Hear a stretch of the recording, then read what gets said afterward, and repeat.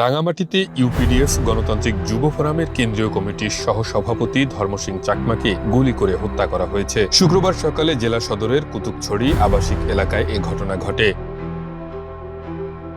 রাঙামাটির কোতোয়ালি থানার ভারপ্রাপ্ত কর্মকর্তা মোহাম্মদ জসিমউদ্দিন ঘটনার সত্যতা নিশ্চিত করেছেন। স্থানীয় সূত্র জানিয়েছে, শুক্রবার সকাল 6টার দিকে 15-20 জনের একটি সশস্ত্র দল ধর্ম সিং চাকমাকে তার নিজ বাড়িতে লক্ষ্য করে গুলি করে।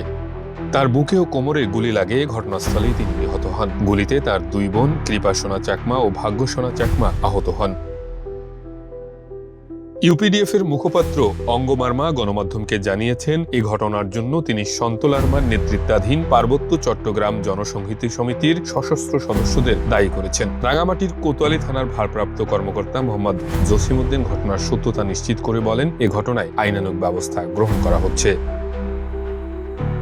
এদিকে গণতান্ত্রিক যুব ফোরামের কেন্দ্রীয় কমিটির নেতাকে হত্যার প্রতিবাদে কুতুবছড়িতে সড়ক অবরোধ পালন করছেন সংগঠনটির নেতাকর্মীরা।